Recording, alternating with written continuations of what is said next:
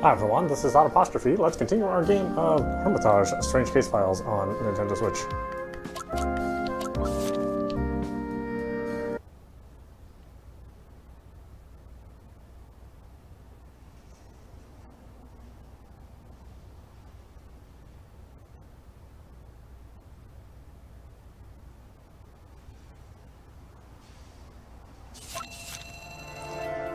Nearly a dozen leaflets are strewn around inside it. They've probably been there for quite some time. Most of them are crumpled up in unrecognizable balls of paper. Some are discolored by rain and are hard to read. Justin squats down and takes a closer look at the few leaflets in better condition. While the leaflets are always about different offers, the logo on top is always the same. A simplified image of tall buildings and the company name Rising Sun Properties. So, Mrs. Yang's probably had some business here. The leads are slowly taking shape. It's unwise to linger around and attract attention. Quite a few people are working on the upper floor, and getting noticed could cause a lot of trouble. Justin thinks about telling the salesman the truth about his colleague's vacation, but decides against it in the end. He quietly picks up a leaflet and stuffs it into his pocket before he leaves.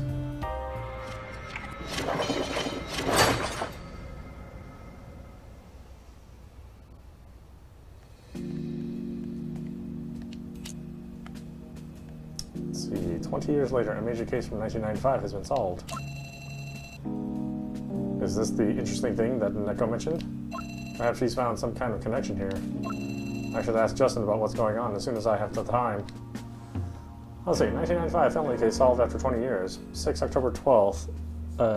Louis Shangchu, a member of the Mato Municipal Crime Investigation Team in the Eastern District of Mato, is left with mixed feelings. He's finally met the person he has been looking for the last 5 years. The person was also wanted for multiple crimes, and police have been searching for him for over a decade. The man's expression is grim. His face gaunt and not really one that draws attention, but it is without a doubt the face of a man who committed a murder 20 years ago. Back then, on November 26, 1995, Miss Wang, a 56-year-old resident in Mato, was found severely injured in her house and died after having been rushed to the nearest hospital. After receiving the report, members of the Yongkang Public Security Bureau came to investigate the crime scene. They found bloodstains, signs of a struggle, and several grievous injuries on the woman's body. The police later confirmed that it was murder. The Bureau quickly established a task force and deployed a large number of officers to investigate the case.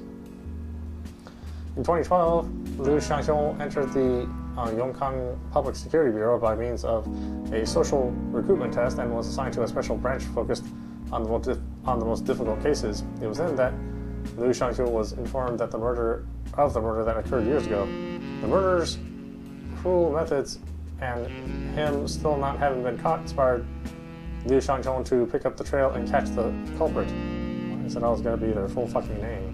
5 years passed, and Liu Xiangxiu, now a member of the Special Investigation Team, never once forgot about the case or stopped looking for clues. On the afternoon of October 12th, he received word that the suspect had been involved in a crime in southern Mato. Accompanied by members of the task force, it was hard for him to hide his excitement at the thought of finally closing the case after all these years. The suspect, who had remained hidden and eluded police for 22 years, is now in custody.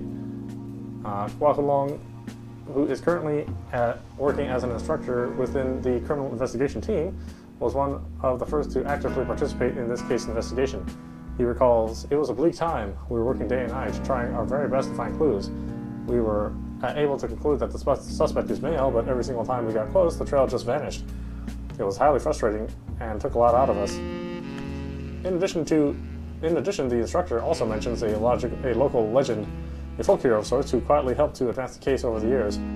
Mr. Leng Longxiang, the retired cadre, who is well known in criminal investigation circles, has never given up on helping people and took it upon himself to aid in finding the criminal.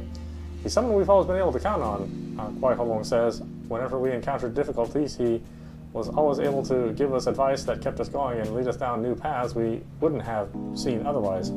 After a while, it was discovered that Long Yongshang and Liu Xingchung had conducted a secret investigation on their own to find out more details about potential targets. As it turned out, their work was a full-on success. The Provincial Public Security Bureau sent out a special message congratulating everyone involved in solving the case after such a long time. It has been reported that in the past 12 months, Mr. Leng Yongxiong has cracked another 4 unsolved cases in Mato, while still actively working on others. This marks the 13th year in which all citywide homicide cases have been solved, which is proof of how hard our law enforcement works to guarantee our safety. Let's see, TRPG Rulebook, The Trail of Cthulhu, crowdfunding, shit. Our crowdfunding campaign has ended with $290,000 of funding and a total of 619 backers, far more than I expected. Thank you for your support. I totally forgot about this. I was kind of confused at first when I received the big package. A nice surprise. I forgot about it too. I was at work and my mom called me to tell me about some random package that had arrived. I had no idea what it was. I let her open it and she acted like somebody had sent us a bomb. I received the package the day before yesterday, so I decided to write everything down. It's a hardcover book with 252 pages. The first 72 pages are about the secret keeper's resources, and the next 75 are like a player's handbook with an attached script. There's also a stack of character cards and record sheets, a sketchbook with black and white illustrations, postcard, 30 vintage drawings, a psychiatric certificate from Harukai Sanatorium. The name is blank, so you can put in any name you want and joke around. And lastly, a dark custom binder with a research manual for the secret keeper. You can see everything listed on the previous picture on the crowdfunding page. The print is so pretty and the folders and sketchbooks are stunning. Oh, and the digital version is available for download from the link on the page, or you can just order it from the website. Looking forward to being able to order some miniatures and other things. A copy of that. The whole thing is unspeakably awesome. At first glance, it looked really high quality and seems to be perfect for fans. I got my hands on the crowdfunding list and found that there are more people in Tidu than Magic City. I thought the number of people on S1 was at least twice as high as Tidu. So, since there are so many players, is there anyone who organizes TOC games? Will someone organize a group to visit the con convention in May? I'm in. It's going to be awesome. Can you still buy the 468? I asked the store and they only have the books left. After trying, it felt like the TOC is a bit demanding when it comes to KP, especially with storytelling and adding the right amount of clues to get the pacing right. New edition of Cthulhu Myth. I've seen this novel in the store before. There's an old first edition magazine by that particular author in the store. Now that it's become so popular, I should buy the next printed edition immediately and sell it for a nice profit.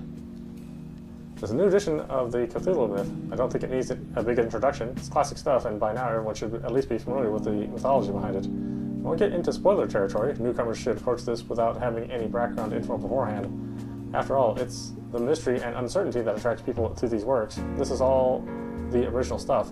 Other authors whose works are based on it messed up by introducing clear concepts of good and evil that completely go against Lovecraft's intentions. Alright, rant over, let's talk about something else. I don't know what it is, if the Lovecraft stories are just too much ahead of their time or if society's too slow to evolve. Some things in there are the product of the time, but other than that, you won't even realize this is from the 1920s. It's still as fresh as ever. At its core, it obviously remains a horror story. It's usually a cliche-laden genre. There's always some scary monster that's clearly shown and named, and some arbitrary reason for its existence is shoved in and the main character kills it, or the other way around. Yay, creative. Also, the baddies show up way too frequently. That takes away so much from the suspense. Many authors deem that necessary in long novels. It's got to be dangled in front of the reader every now and then to maintain interest and suspense, or at least they tell themselves that. They tell themselves that because it's true.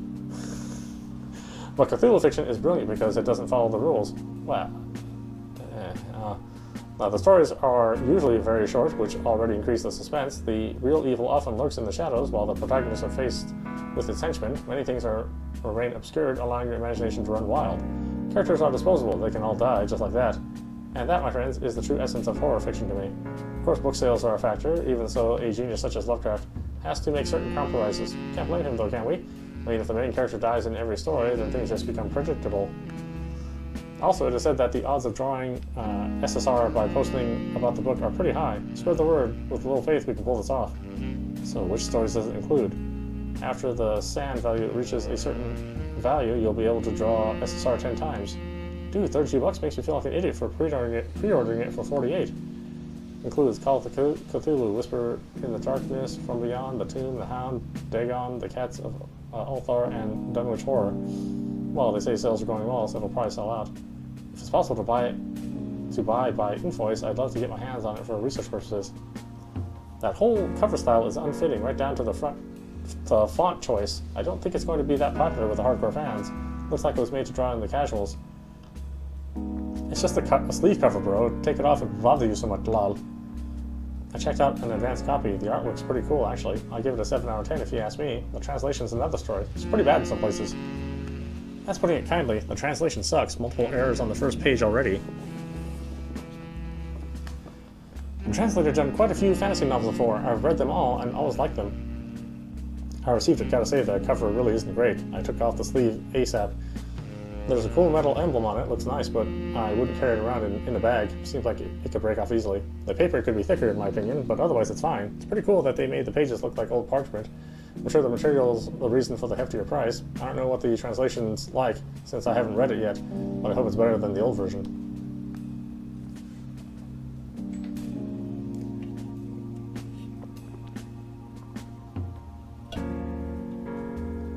Let's see.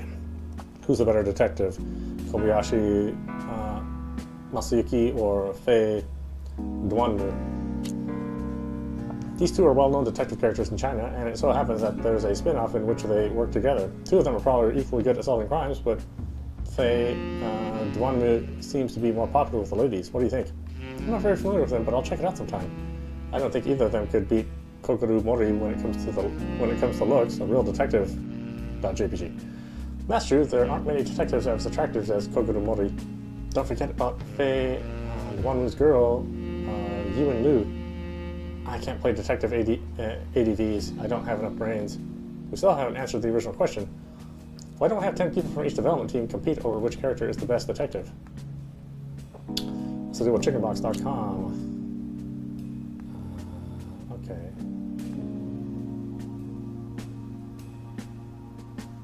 I think we read some of this. I think Chickenbox really needs to work on its articles, at least on the headlines. Nostalgia. What do I talk about when I'm on the phone? New Second Life. What do we talk about when we talk about paintings? Nothing more to say. What exactly do we talk about when we talk about film critics? Talking industry. When we talk about indie games, what are we talking about? Movie talk. What do I see when I watch a zombie movie? It's the same with all of these why headlines. New Second Life. Why do I love the Son of Monsters? Nothing more to say. Why I love everything about Prey. Talking industry. Why should I go see a licensed anime? Knowledge digger. Why do I love Cyberpunk so much? What to do when you're not playing games? I'd be ashamed to look back on these books. The Gaming Emperor. Why do I love Hatsune Miku so much? Or Miku so much?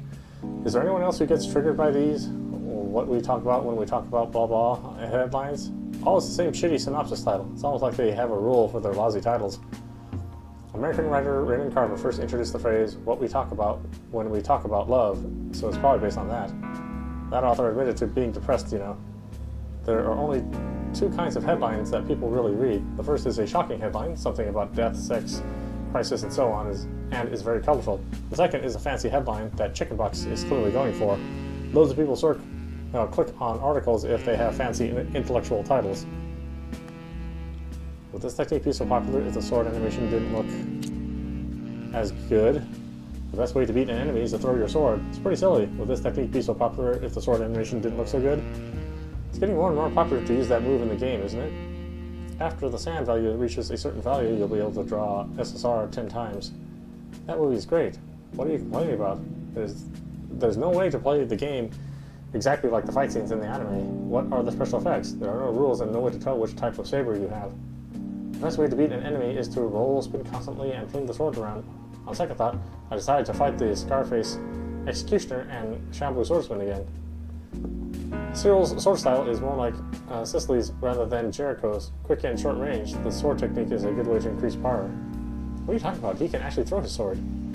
Well, you could do that, but wouldn't you feel like an idiot if you performed a heavy hit and used up your whole EX bar? In all seriousness, everyone's bragging about how good their attacks look, but the execution isn't the best and the performance isn't up to par either. 13 members of the Thai soccer team disappeared after entering a cave. A tragedy in Thailand. A German newspaper reported that 12 young soccer players and their coach have disappeared after entering a cave. Their whereabouts are still unknown, and the police are using drones and underwater robots to search for them. However, nobody knows why the team entered the cave in the first place. According to some reports, the coach apparently led the players into a hole where they got trapped and lost contact with the outside world due to flooding caused by a sudden heavy rainfall. They are reportedly between the ages of 13 and 16, and the coach is 25 years old. Searchers found their shoes and bicycles at the entrance of the cave and also found their backpacks inside the cave passages. The water level has reportedly risen to 7 meters since the sudden rainfall on Tuesday morning. The search and rescue team said it has contacted the National Disaster Prevention and Mitigation Agency, police, the army, and further departments to conduct a joint rescue mission, with hundreds of people participating in it. As of now, the search has expanded to a 6-kilometer radius, with the entire length of the cave is around 10 kilometers. As for the condition of the missing persons' lives, doctors say that they still have a chance of surviving. People can go long periods of time without food, and there is enough water in the cave for them to drink, the doctors say, but the biggest concern is the humidity in the cave, which could trigger pneumonia. Officials have expressed their deep concern and promised to do everything in their power to aid the rescue. Families of the missing children have set up tents at the entrance of the cave and are anxiously waiting to hear from their children. Holy hell, 10 kilometers of caves, and then the flood. That sounds pretty bad. There's a movie called The Cave. It's about an expedition that goes wrong, and the cave is flooded by heavy rain. Which movie is the one with the ghouls in the cave again? The Descent? Update, the young soccer players trapped in the cave were recovered by search and rescue personnel, and all of them survived. They're still weak because they haven't eaten for several days. Medical personnel are at the scene and also accompany the divers to give initial treatment. Surprisingly, they were found and all of them still alive. Great news. I should remember that story. Really didn't seem like it was that long ago. Strange to see that in the game, too. I mean, they didn't really even fictionalize it much. I've stumbled across something interesting. You should compare it with the information from that forum you're always on. That'll take forever. They're overreacting. There aren't that many old posts to sift through. Come on, just check it out.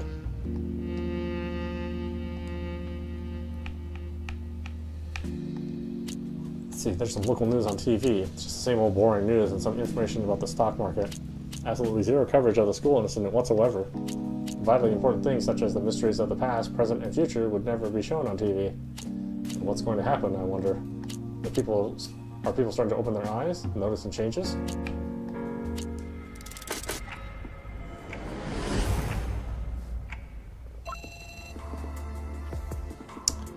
I'm telling you, something's seriously wrong with that place.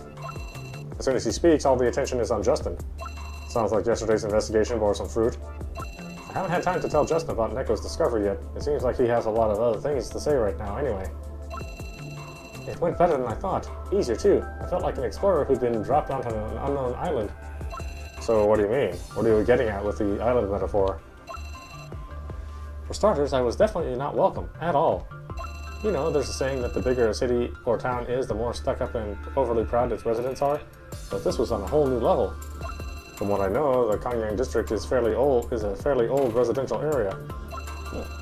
This makes me recall some of Neko's findings. Compared to Scarlet, she has more means of gathering info, but bits and pieces are always thrown together in disarray, regardless of whether it's something important or not. Perhaps that's just a telltale sign of being a kid growing up in this day and age. I wouldn't know. I'm totally out of the loop when it comes to that stuff. These buildings were built in the 80s. Even if management changed hands and readjustments were made since then, the general profile of the residents probably remained the same. But this place is different. The entire Kangyang district has been filled with low-rent housing units. It's just a tad more fancy than other places like that. Are there security guards in the area? No, it's extremely crowded, and I get the feeling the residents themselves are quite observant. I don't think there's any real need for additional security. The residents were extremely cold and not talkative at all. Most of them live in severe poverty. One of the first things I noticed was an absence of street vendors, but I quickly understood why. It's not the kind of place where people approach each other and communicate. It's an urban isolation at its peak. This information matches what Neko was saying. One of the victims, Mrs. Yang, worked for the real estate company responsible for the demolition and renovation of the housing area. Rising Sun Properties. Do you think there could be a connection? There's definitely a connection, but it's still unclear. The residents are obviously quite wary of Rising Sun Properties employees, but what can I say? With the current amount of demolition work happening there could be a reason for it. Money makes the world go round, even though the potential profit they could make from Kangyang District isn't anything special. They can't just abandon the place, or a rival company will snatch everything up in a heartbeat. Give me just a second.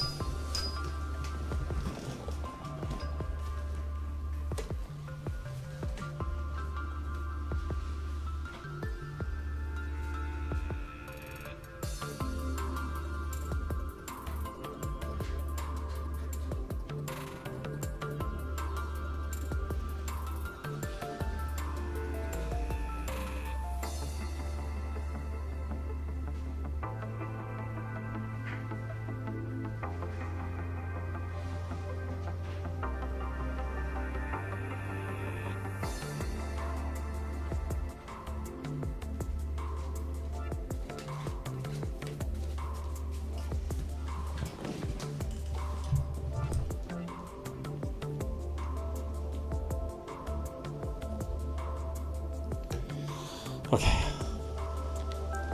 I witnessed one of these business talks myself by coincidence. These old people simply don't want to negotiate. They don't intend to listen to any terms or offers. There's no chance in hell they'd ever budge. So you'd say the demolition plans aren't the main reason for the tense and strange situation there. It's definitely a source of conflict, but it's nothing more than a back and forth of offers and rejections between two stressed parties. Justin throws a bundle of dirty leaflets on the desk. Rising Sun Properties doesn't seem to be making much progress in the Kangyang district. The current state of the neighborhood has to be taken into account as well.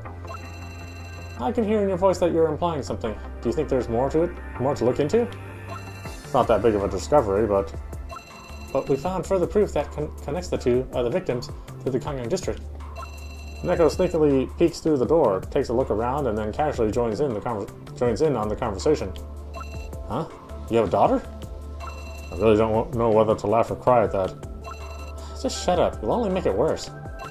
Alright. Fine by me, but do you really think it's okay to get a kid involved in all of this? Call me a kid again and I will post about you, the private detective Justin, in 5 different forums and make sure people think of you as the lamest wannabe in town. 5 different forums, you hear? What? You're better off listening to her. To mess with that kid is the equivalent of social suicide, believe me. I can't help but let out a deep sigh as I massage my head with my knuckles. You know who might as well be dead and fossilized by now? People who still use Internet Explorer as their browsers. Oh, amen. Just trying to download an actual useful browser made me want to pour acid all over my hands. Yuck, how can anyone work with that thing? I can't even fathom how you can use it to browse that forum. Anyway, let me introduce you to. This is Justin. He's been helping out with the investigation. And this is Neko. Barely any hair on her head yet, but blessed with X-ray vision and other detective-related superpowers. Hey, are you making fun of me? What an introduction. Seems to me like you get a kick out of watching us fight. Hard to resist. When you spend as much time as I do sitting around at home, it's little things that make you smile. But back to business. While you were out investigating the Kangyang district, Neko managed to find some additional info on the victims. I have records of all complaints filed in the Kangyang district, every single household. Neko sits down and tears a piece of paper from her notebook. Finding the exact location of Block 212, Building 8, Apartment 412, Kangyang without a detailed map is pretty difficult, but matching it against some of the bigger shops, and going by rough estimates, it should be somewhere in the northeastern part. The maintenance worker was dispatched shortly after the complaint was issued, and that's everything the record says, but you already know the rest of the story. She throws the scribbled down address to Justin and tilts her head towards me, signaling me to continue. Justin, you saw firsthand how the real estate companies and residents are at odds with each other. Right, in this case it was definitely a Rising Sun Properties employee at the scene, no doubt about it. I found their business card along with some brochures scattered around in the bushes on the side of the road like garbage. They seem to be quite unpopular around there. In situations like this, it's not unusual for the person in charge to intervene. In other words, it was indeed possible for Mrs. Yang to have been on site at the time of the incident. This is starting to sound more and more suspicious. I agree. It could have happened anywhere, but the connection to the Kangyang district is more apparent than ever. The two of them fold their arms. They look for prey. That seems out of place. And then? You say that as if it's an eagle catching a rabbit. Truth be told, that comparison is quite accurate. Building 8, Block 214, Apartment 412. Should I go straight to the family for further inquiries? An address that detailed might very well be a false lead or a trap. A simple phone call is probably a better idea. You can easily tell if you're on the right track that way. I'm not too sure the residents will be willing to talk even if we did that. Well, while you try to find out a way to get them to talk, it's also important to find out if they were in contact with a maintenance worker. Try not to arouse too much suspicion. Don't worry about that. I already have a few ideas. Alright then, I expect good news from you. Neko, can we trace the residential records of the Kangyang district? Wouldn't Scarlet be the right person for that kind of stuff? Neko tilts her head and brushes her hair behind her ears. I've already asked her for a favor twice in a row. Plus she's still working on another case. I don't want to interrupt her all the time, and she's got enough on her plate as it is. Well, how about I ask her instead? She might feel some sympathy or empathy for me, what with me being stuck in this dump and all. We might get lucky. God knows we deserve it. Sounds like you guys have your hands full. I don't want to ask. I don't want yet another person to be drawn into this. Fine by me. I'll just proceed as planned. I need to make some preparations if I want to visit the residence, so I have to stop by my office first. And I've got to go back upstairs to call Scarlet so you two can stay down here and watch the store.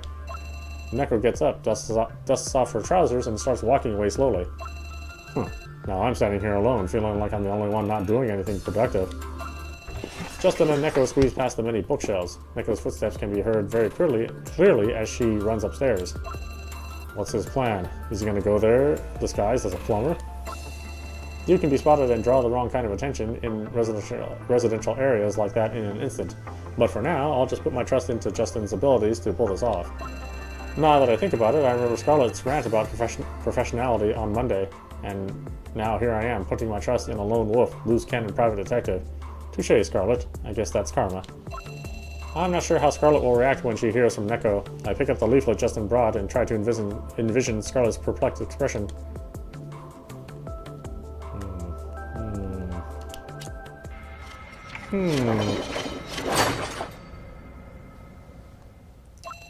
Actually, Justin has no intention of disguising himself as a plumber. Using the information he gathered that morning, he quickly fakes a work ID from the water company. He throws a small piece of plastic into his briefcase before it has time to cool off properly. That alone should be enough. No need to change into a costume. When faking an identity, it's more important to make the other person believe it's real than actually looking like the real thing.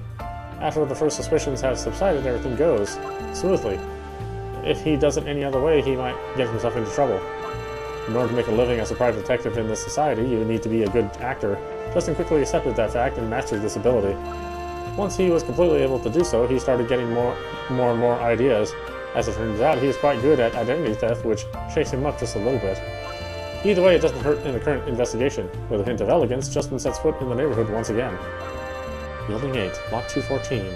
I'm only at Block 618. Or 168. 169, 170, 171. Even though the area is almost abandoned, there's still some work going on. Wouldn't it simply be more practical if they had a door number, even if only for the sake of the residents? From south to north and west to east, Justin gradually continues his search along the narrow street, getting a better feel for the place. Sure enough, this is the northeast corner of the residential area. The buildings are becoming more and more run down along the way, and after they gave way to large construction sites, their humble beginnings are no longer hidden. 212, 214. This is it? Or is this it? It's a sign of commitment when that plumber named Louis found this location in the first place, although his dedication didn't pay off as well as it should have. Surprisingly, the detective sports all kinds of creative housing modifications along the way. On the other hand, there aren't any signs of advertisements or company posters around the buildings, at least not on the outside. The building even has a decent door with a combination lock. It isn't actually closed, though, and the rust-proof painting is peeling off. A brick is placed in the doorway, creating a gap so that the door won't shut. The brick itself is covered with a thin layer of dust. Looks like it hasn't been moved for quite a while. Justin looks up at the 4th floor. The windows are closed tightly, so he can't see inside. Even though it's the middle of the day, the light is dim. He has no choice but to go upstairs and have a look around. The detective takes the work ID out of his bag, attaches it to his shirt, and pushes the door open, stepping into the hallway. The damp, dusty scent of the house really makes you realize how old this building is. Oh, we're getting some polygons in this bitch, huh? The doors on either side are tightly closed and protected by solid iron bars.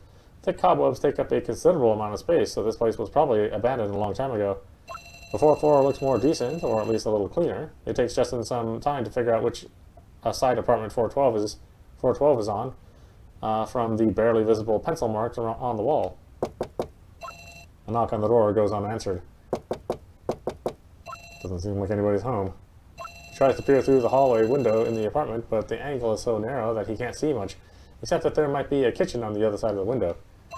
The detective is a little disappointed and lets out a long sigh as he leans against the wall. I should go. In such an old place, the paint on the wall can be a little flaky, but it isn't until his back is pressed right up against it that Justin remembers this. Even though he reacts quickly, it's already too late. He jumps away from the wall and takes off his jacket to observe the back of it. The warm brown fabric is completely covered in white, dusty paint. It doesn't look like it'll come out anytime soon. After days of running around and the only result being a messed up jacket, the detective feels rage flaring up in his chest. Shit. Huh? That can't be right. Even if he'd leaned into the wall really hard, these marks would be too fresh.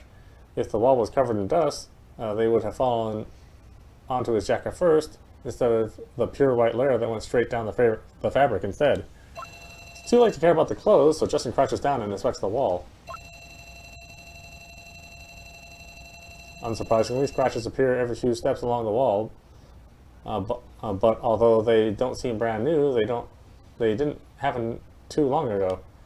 Someone was carrying something very heavy which scrapes against the wall while it was dragged across the stairs.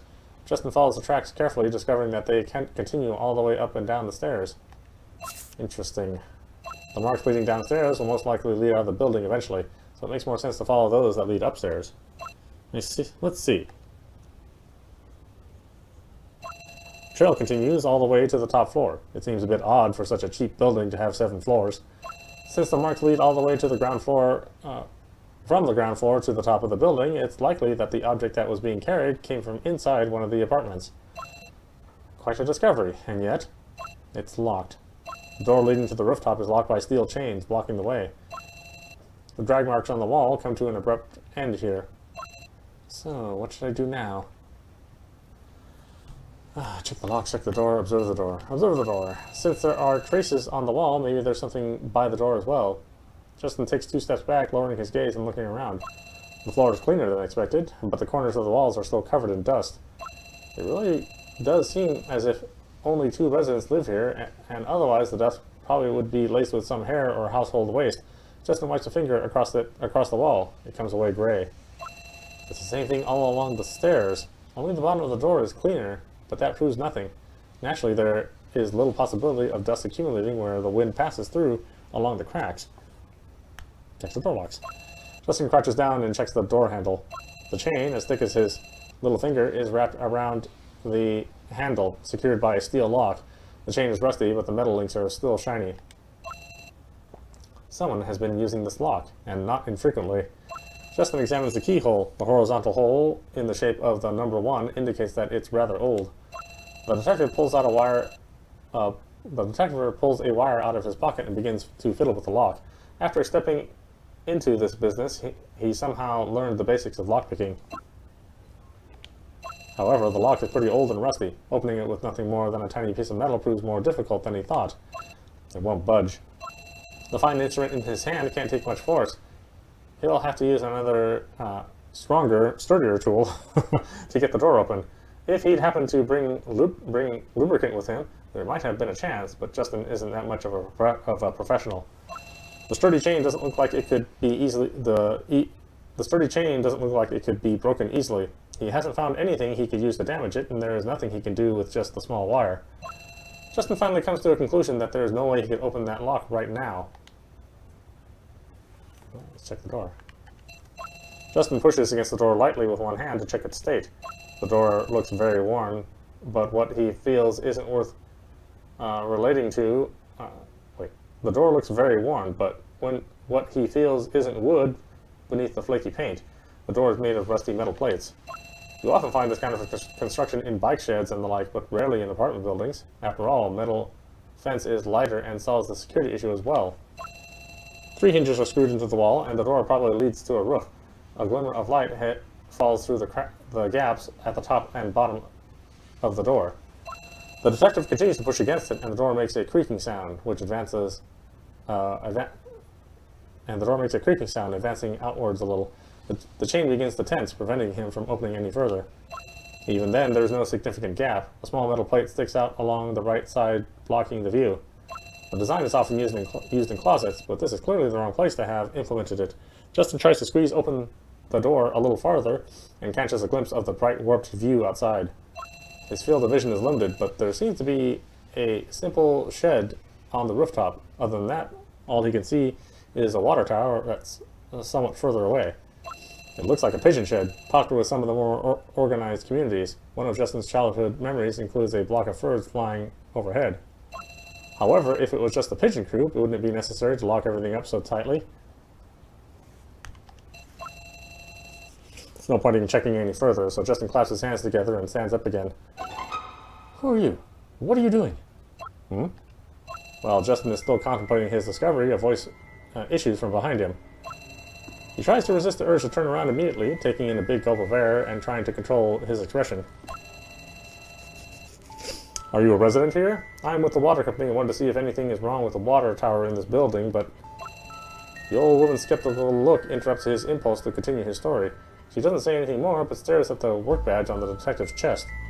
Time has left quite a mark on her body. She is tall and thin and must be around 60. Her hair is streaked with white. After a long moment, she turns around and begins to walk away. That lock won't open, so come down from there. Lorraine, what's going on? Who is this young man?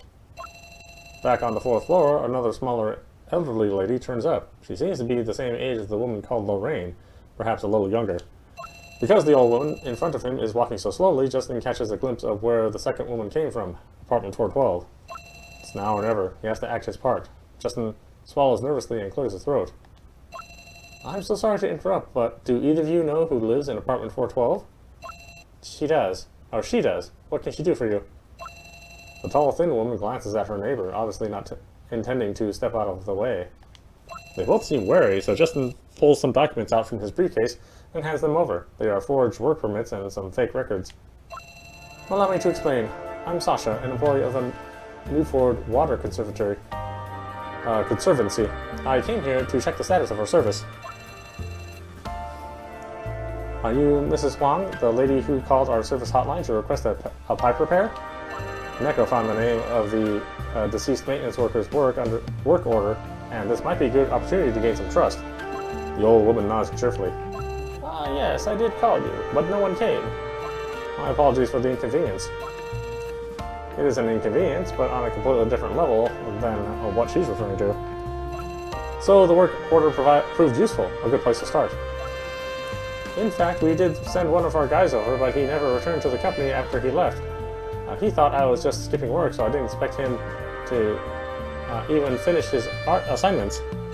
Justin puts on a rehearsed apologetic expression and bends his head. I'm truly sorry. Retreat to advance is a useful trick. Adopt a sincere posture and an exaggerated expression, but don't let the others know what you're doing. No worries, boy. It's not your fault. Hilda's understanding is just what Justin was aiming for. The tall, thin woman who has been watching him so indifferently up until now seems to have finally let down her guard. The detective finally feels the tension in his back subside. No, it really was our company's mistake. Several days without a maintenance must have been very inconvenient for you. We will find a way to compensate you for the trouble. Oh, well, forget it. You've already apologized, haven't you? The old woman ushers the detective forward. Justin quickly decides to strike while the iron is hot. I'm very sorry, but would it be alright if I took a look at the place where the repairs are needed? I need to fill out some paperwork for the company and confirm the situation before I can set you up a new maintenance worker. As far as I can tell, the pipes in the kitchen were clogged, correct? That's right, but my kitchen is a bit of a mess at the moment. Why don't you just take some notes? I'm sorry, miss, but I can only arrange the most suitable service for you when you have a closer look at what's going on. All right, I'll show you the kitchen.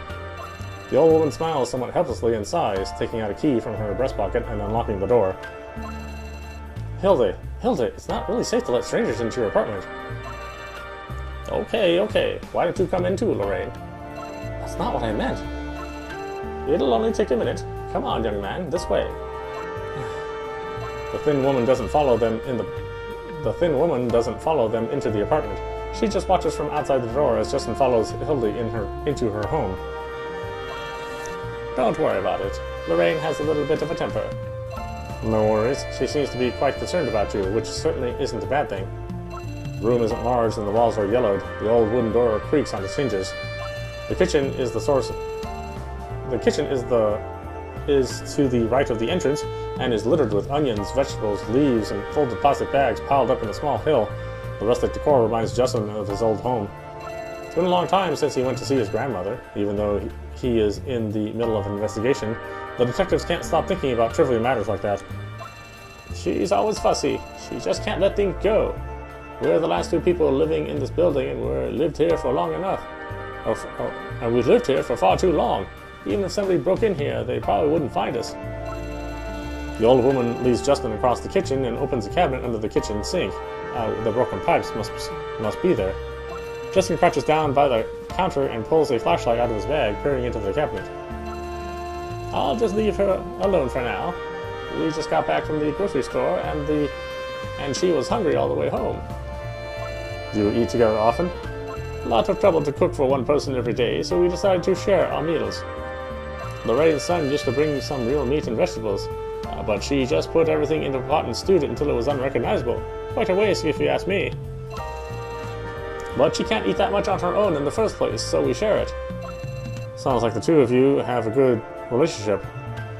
In any case, she's the only neighbor I have, and David hasn't come back yet.